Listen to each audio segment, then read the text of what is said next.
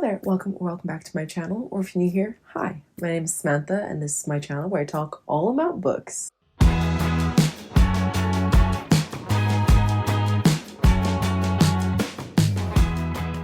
Anyway, today I'm coming to you with my January wrap-up. So we're going to chat about all of the books that I read in the month of January, which was not a lot, but that's okay because I'm not trying to focus on numbers this year, just trying to focus on enjoyment. I feel like January is the month that always just goes on forever. I did feel that way towards the end of the month, but I did also go on holiday in January, which was so lovely. And if you have the opportunity to go on holiday in January, I truly think it's the best time because it just really breaks up that really difficult month of the year. So 10 out of 10 would recommend going on holiday in January. But because of that and because of reading a few books which were not really my favorite, I didn't read as much as I would have hoped. Although I'm also trying to focus more on like the quality over the quantity, although that doesn't necessarily apply to January because they were not the best books, but I feel like overall it was a good reading month even though I only read 4 books. So as usual, we're going to start off with my reading statistics. So these are just the ones from Storygraph. So as I said, in the month of January I read 4 books and I read a total of 1,733 pages. Of the books that I read, they were all lighthearted. 3 of them fell into the funny category, 2 emotional and 1 adventurous. I read 3 medium-paced books and 1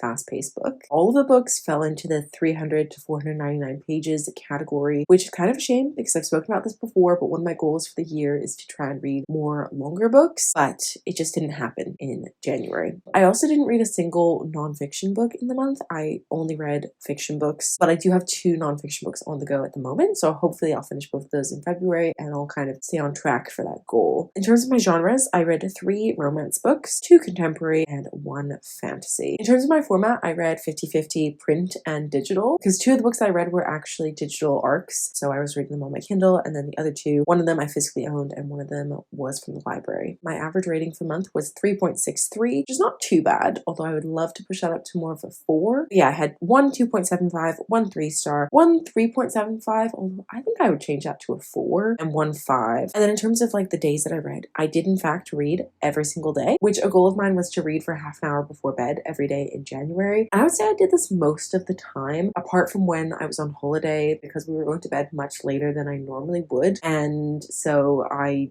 was just too tired to read. But I did often wake up early and read before my friends woke up because that's my vibe. And then also on days where I read a lot during the day, then I normally didn't read before bed because it's like I've already read so much. But yeah, that's all for my stats. So I'll quickly tell you everything I read and what I rated it, and then we will get into the reviews. So the first book that I read in the year was Tress at the Emerald Sea by Brandon Sanderson, and this was my 5-star read. I actually filmed a reading vlog, so if you're interested in checking that out, I'll link it up in the card. I documented my experience reading this wonderful book. First book of the year, fabulous. The next book that I read was Done and Dusted by Lila Sage. I borrowed this from the library, but I don't have it anymore, and this one I gave 3 stars. Then I read The Catch by Amy Lee. This was an advanced reader copy. This book is coming out later this month, and I ended up giving this book a 2.75. And the last book that I finished in the month was Swift and Silent by Lila Sage. This is the second book in the Rebel Blue Ranch series, where Done and Dusted is the first one, and I gave this one 3.75, maybe a 4. So those were all the books that I read, and now let's get into the reviews. So first of all, worst book on the list, unfortunately, was The Catch by Amy Lee. This is the 3rd book in the Influencer series, which the first one is Set on You, the second one is X's and O's, which for me was by far the best one, and then this is the last one. This follows our main character Mel, who is an influencer, and she's not doing super well on her socials. She's kind of feeling quite stuck and not very inspired with her content, and she basically gets this opportunity to go and stay in this luxury resort in Nova Scotia, and so she goes there, but it turns out there was a little bit of a mix-up and they're not going to be ready for her for another week, so she has to go and stay in this dilapidated Airbnb. This Airbnb is run by this guy called Evan and his cousin, and he ends up getting injured and she's the only one around to take him to the hospital, and they won't let her in to see him unless she's family, so she says that she's his fiance, and then they end up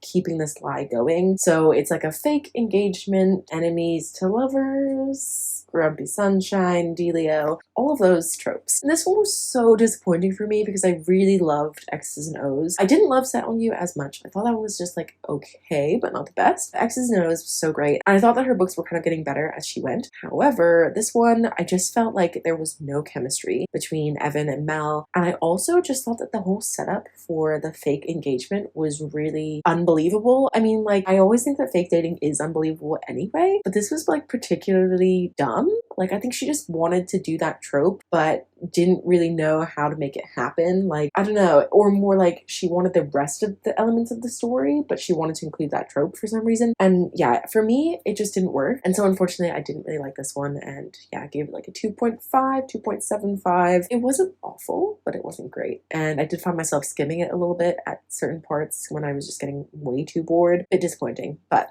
that's fine. Anyway, the next book I'm going to talk about is my 3-star read, which was Done and Dusted by Lila Sage. This book was actually really fun. I never thought I would read a book like this, like a horse girl romance. I didn't think that was going to be my vibe, but I just like went onto our library website one day, and then I saw in like our new books category, which is like new books that we've acquired rather than like new releases. Anyway, I saw this book on there, and I'd heard a few people talk about it, so I was like, you know what? I'm just going to borrow it. Why not? Let's have a fun time. Anyway, and I actually really enjoyed this one. I know I only gave it 3 stars, but it was still a fun time. Done and Dusted follows our main characters Emmy and Luke, or Brooks. His last name is Brooks and everyone kind of calls him that. Emmy is basically a barrel racer, which I don't really know what that is, but it's something to do with horse racing. And so yes, she's this very successful barrel racer. She left her small hometown a few years ago and with no intention of going back, but something happens, and so she ends up like kind of like running away from where she was and leaving her boyfriend and that old life behind and going back home. And when she goes home, she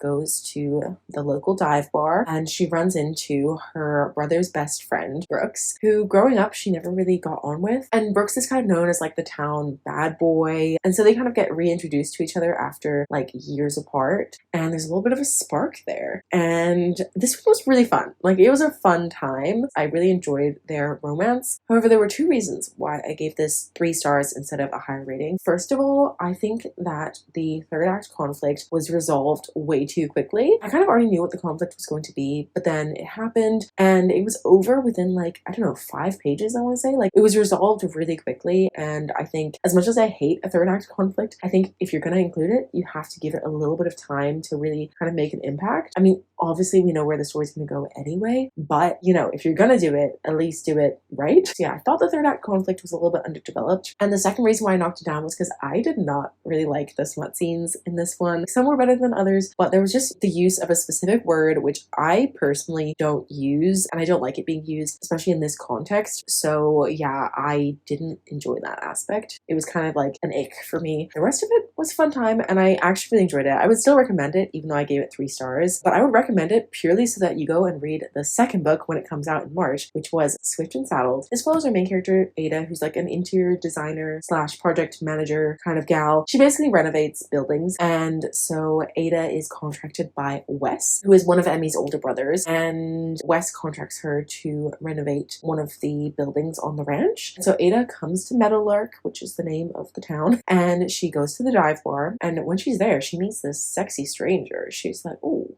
he's kind of hot, and she has a bit of a run-in with him, and the next morning she rocks up to her first day at work, and lo and behold, the sexy cowboy from the bar is none other than her new boss, Wes. And so a romance kind of starts between them, and I just really loved their characters a lot more than Emmy and Brooks. Like, I liked Emmy and Brooks, they were fine, but Ada, and specifically Wes, was my beautiful, soft, sad boy cowboy. I really liked his character, and I really enjoyed their romance. So this one, it was much better for me, personally. I also preferred the smut scenes in this. They didn't use that word, which is great, because, as I said, it kind of gave me the ick before. No, this one was just very sweet and soft. I just really enjoyed this one. I didn't really think that this was going to be like a romance subgenre that I read, but here we are.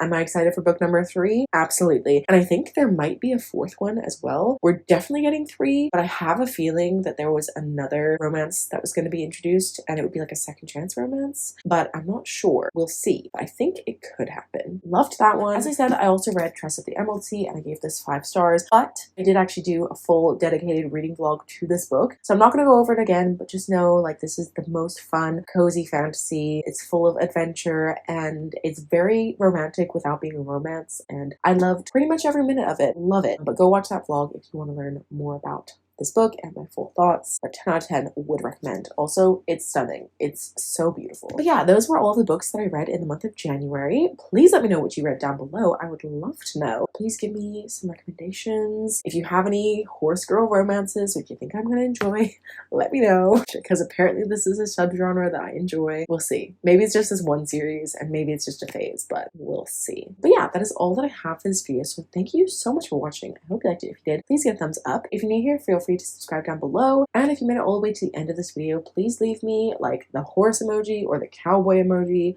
down below. Let me know that you made it all the way to the end. But yeah, that's all that I have, so I'll see you very soon with another video. Bye! Oh my god, what the hell was his name? Evan. I was gonna say Ethan. Close enough, but it was Evan. This Airbnb is run by this guy called Evan. I was about to call him Ethan. So, Done and Dusted follows our main characters. Can't remember the names. You in the backyard and you're all fine in the summer.